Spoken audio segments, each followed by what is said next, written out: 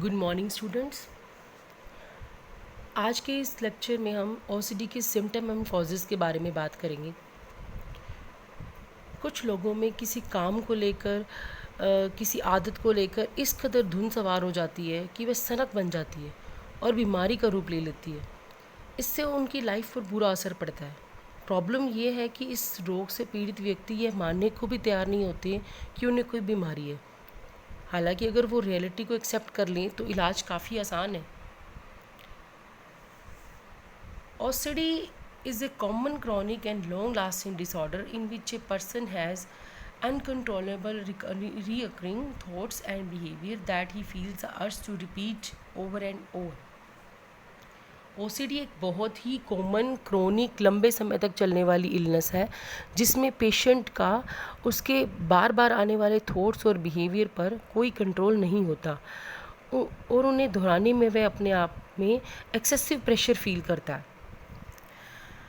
दरअसल यह एक ऐसी चिंता करने वाली बीमारी है जिसमें पेशेंट किसी बात की ज़रूरत से ज़्यादा चिंता करने लगता है। एक ही जैसे अनचाहे ख्याल उसे बार बार दिमाग में आते हैं, एक ही काम को वो बार बार दोहराता है, रिपीट करता है।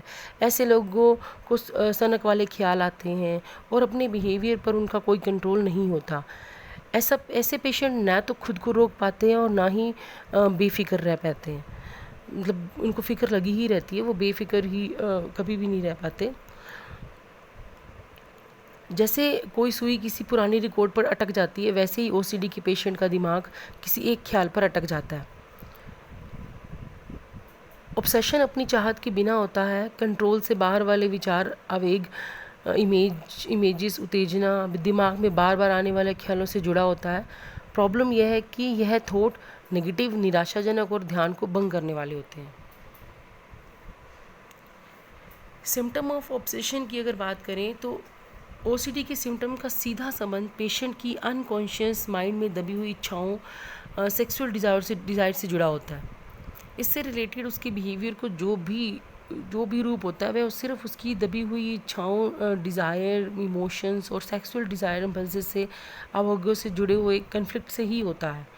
इससे रिलेटेड बहुत से सिम्टम पेशेंट में देखने को मिलते हैं। जैसे सबसे पहले हम बात करेंगे एक्सेसिव डाउट्स की। OCD के पेशेंट के मन में एक्सेसिव डाउट्स भरे रहते हैं। वह हमेशा किसी न किसी चीज़ को लेकर शक करता रहता है। उसके मन में डाउट्स रहते हैं कि कहीं गैस खुली तो नहीं, कहीं घर का लॉक खुला तो नहीं रह गया, ओवन चलता तो नहीं रह गया। जो भी काम उसने किया हो उसे लगता है कि कहीं ना कहीं उसके काम में कोई कमी रह गई है। इसी के चलते वह हमेशा डाउटफुल रहता है। एक्सेसिव टेंशन,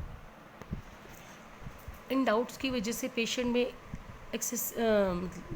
एक्सेसिव टेंशन हो जाती है। कहीं लॉक खुला तो नहीं रह गया, अगर खुला रह गया तो घर में चोरी हो जाएगी, नुकसान हो जाएगा। इस होने वाले नुकसान के डर से व्यक्ति के मन में तनाव पैदा हो जाता है और वह बहुत ज़्यादा टेंशन में रहने लगता है। एक्सेसिव इमेजिनेशन, पेशेंट के मन में बहुत सारी इमेजेस आने लगती हैं, वह बहुत ज़्यादा इमेजिनेशन करने लगता है। वह कल्पनाओं से घिरा रहता है।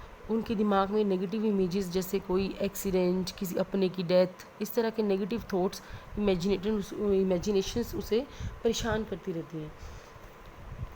एक्सेसिव सेक्सुअल थॉट्स, व्यक्ति के मन में सेक्सुअल डिज़ायर के कारण बहुत से ऐसे अनैतिक थॉट्स उसके दिमाग में आते हैं जिसके कारण वह टेंस रहते हैं कि कहीं ये सेक्सुअल डिज़ायर उस उठे इम्पल्स अगर किसी के सामने आ गई तो वह सोसाइटी में एम्बैरेस हो जाएगा। उसे ऐसा फील होता है कि सेक्सुअल डिज़ायर के कारण उसके मुंह से कुछ गलत शब्द ना निकल जाए, कोई ऐसा शब्द सोसाइटी में ना बोल दे जिससे कि उसको एम्बैरेसमेंट का सामना करना पड़े। अनवांटेड थॉट्स, पेशेंट के मन में अनचाहे नेगेटिव थॉट्स आते रहते हैं। ऐसे थॉट्स जो उससे अंदर ही अंदर घेर लेते हैं। वह इन थॉट से छुटकारा पाना भी चाहे तो भी वह इस पर नियंत्रण नहीं रख पाता। ये थॉट उसके अंदर बेचैनी पैदा कर देते हैं जिसकी वजह से इससे चिंता और घबराहट हो जाती है।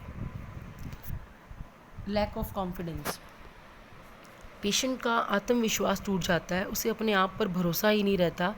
उसने जो काम किया उसे उस पर भरोसा ही नहीं होता कि ठीक से हुआ कि नहीं। वह बार बार अपने ही किए काम को प्रॉपर नहीं मानता, उसे वह गलत लगता है कि ये काम कहीं सही नहीं हुआ हो। तो अगर उसने कुछ लिखा है तो वो बार बार पूछेगा कि मैंने सही लिखा है। अगर उसने कोई भी काम किया है तो वो लोगों से पूछता है कि ये सही किया है या नहीं। खुद पर विश्वास ही नहीं होता, थॉट्स आते रहते हैं उसके दिमाग में कि ये सब गलत ही है। कंटेमिनेशन, इसमें व्यक्ति के दिमाग में बार बार थॉट आते रहते हैं कि सब गंदा है गंदा है। व्यक्ति को ये फील होता है कि उसके हाथ पर कुछ वेस्ट मटेरियल लगा है, कोई यूरिन या कोई शिट लग गया है, कोई ब्लड के छिट्टे लग गए हैं, कुछ धूल मिट्टी लग गई है। मतलब उसको इसे फील होता रहता है, बार बार कंटामिनेशन के थॉट आते रहते हैं कि गंदा है गंदा है। तो सारे घर को वो धोते रहते हैं, फर्नीचर धोते रहते हैं, स्विच बोर्ड धो देते हैं, ऐसी चीज़ें धोते हैं जिसे नहीं धोना चाहिए। तो उनके दिमाग पे फितूर छाया होता है कि ये चीज़ें गंदी हैं। तो उन्हें ऐसा फील होता है कि उनके मंदिर में भगवान की पूजा गंदे हाथ से कर दी है। तो वो इस डर में आ जाते हैं कि भगवान नाराज़ हो जाएंगे, अब उसे सज़ा दे देंगे। इस तरह के थॉट उसे घेरे रहते हैं जिस पर वह काबू नहीं पा सकता। इनडिसीजन, ओसीडी की पेशेंट में हमेशा तनाव बना रहता है जिसके कारण उसका बिहेवियर डावाडोल सा बना रहता है। वह ठीक समय पर कोई डिसीज़न ही नहीं ले पाता, वह समझ नहीं पाता कि वह क्या करे क्या ना करे। किसी सामान को रखना भी हो तो भी वो परेशान हो जाता है कि लेफ़्ट में रखे या राइट में रखे, उसे कौन सी साइड में चलना चाहिए, लेफ़्ट में चलना चाहिए राइट में चलना चाहिए। मतलब दाईं बाईं के काम को लेकर ही वो कन्फ्यूज़न में बना रहता है, कोई डिसीज़न समय पर ले ही नहीं पाता, जिससे उसके डेली रूटीन के कार्यों में बाधा आती है। वह कार्य समय पर ना कर पाने की वजह से परेशान हो जाता है, डिस्ट्रेस हो जाता है। Compulsion is an overt activity of persistent and fairly specific character which the individual recognizes to be irrational and incongruous with the situation in which he has no control. जब पेशेंट के दिमाग में बार बार thought आते हैं तो वो घबरा जाता है। इस घबराहट को कम करने के लिए वह बार बार आने वाले विचारों से बचने के लिए वह कुछ एक्टिविटी करता है जिसे हम कंपल्शन कहते हैं।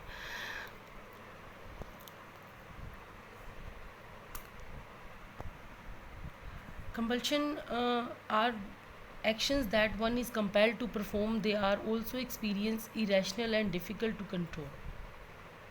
According to Martin, compulsion वे क्रियाएं होती हैं जिन्हें करने के लिए पेशेंट मजबूर होता है। उसे पता है कि ये इरेशनल है और इन्हें कंट्रोल करना भी मुश्किल है, फिर भी ये चीज़ें उसको वो बार बार करता है।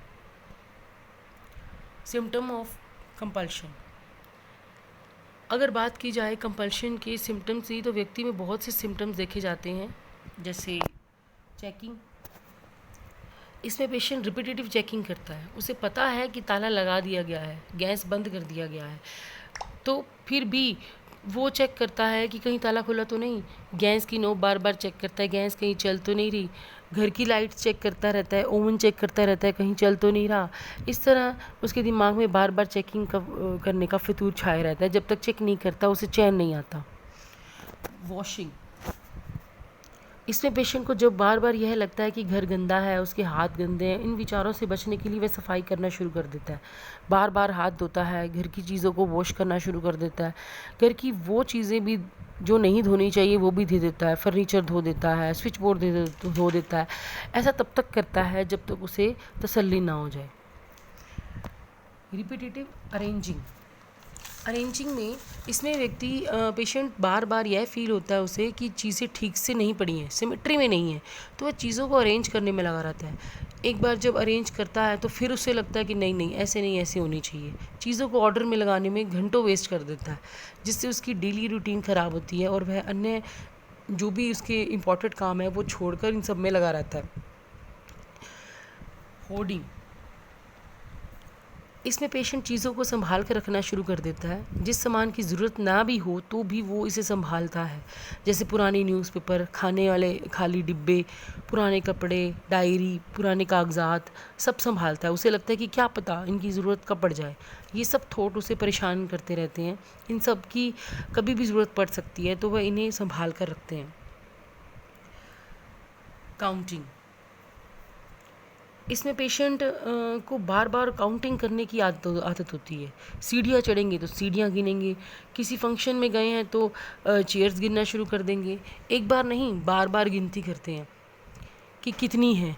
उन्हें तसल्ली नहीं होती कि सही गिनी है, तो फिर से करना शुरू कर देते हैं। तब तक काउंट करते हैं जब तक उन्हें तसल्ली नहीं हो जाती। कई बार तो अपने कंपल्सिव बिहेवियर को कंट्रोल करने के लिए वो बार बार रिपीटेटिव बिहेवियर में काउंटिंग करते रहते हैं।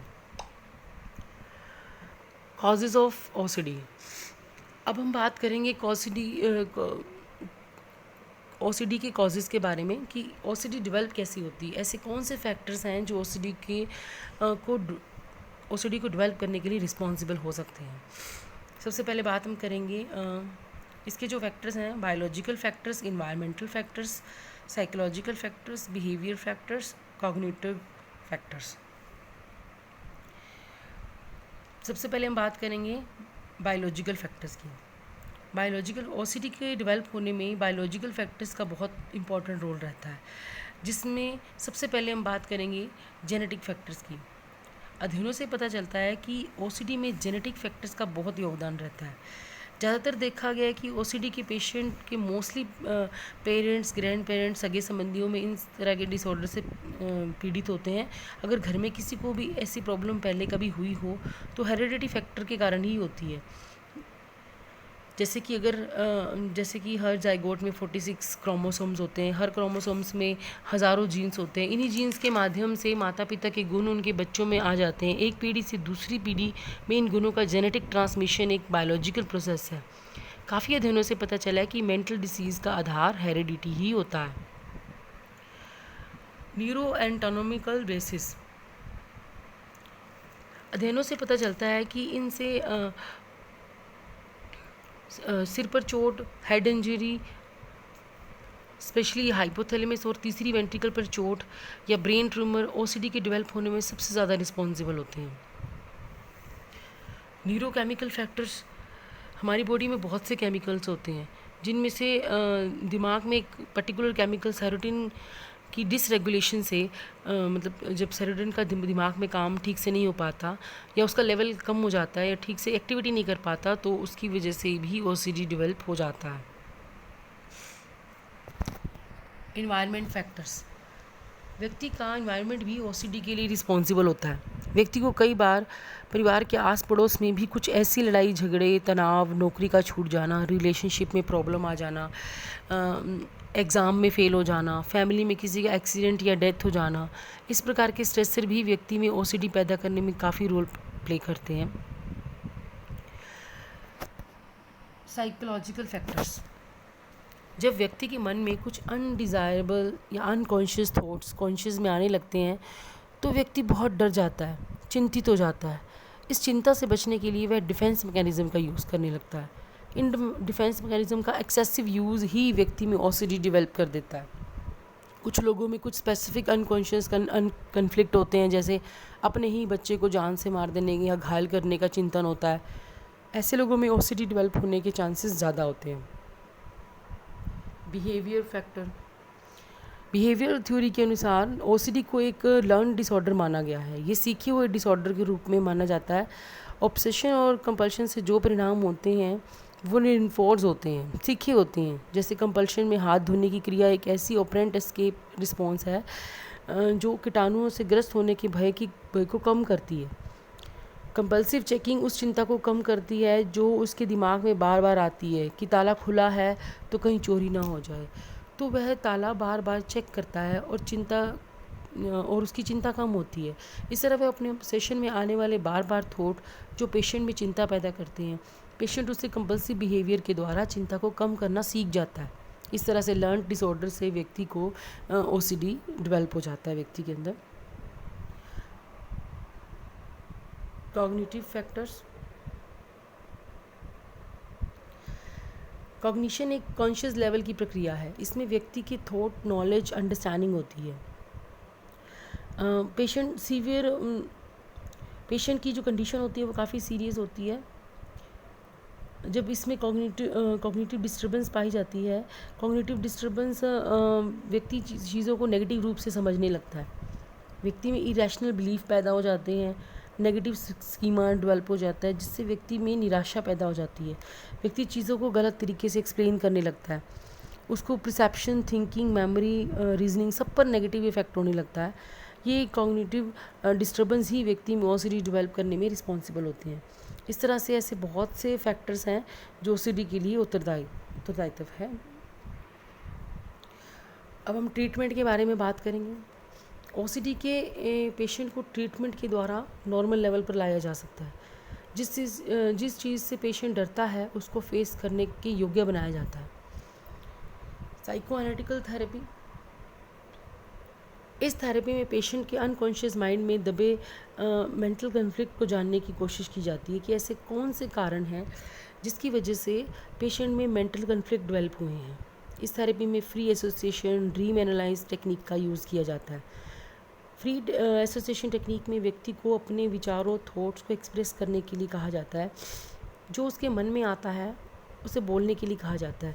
पेशेंट अपने थॉट्स, इमोशन, मेमोरी, एक्सपीरियंस पर खुलकर बोलता है, जिससे उसकी भावनाएं हमारे सामने आती हैं और हम उसके मेंटल कन्फ्लिक्ट को डेवलप होने के कारण को जान सकते हैं। इसी प्रकार ड्रीम एनालाइज में व्यक्ति को उसके सामने उसके सपनों को एनालाइज करने के लिए कहा जाता है। वह अपने ड्रीम्स के बारे में खुलकर बात करता है, जिसकी उसके अंदर एक इंसाइट पैदा हो जाती है। वे अपने मेंटल कन्फ्लिक्ट के मेन सोर्स को जान पाते हैं, और व्यक्ति में जब इंसाइट पैदा होती है तो वह अपनी प्रॉब्लम्स का सामना करना सीख जाता है।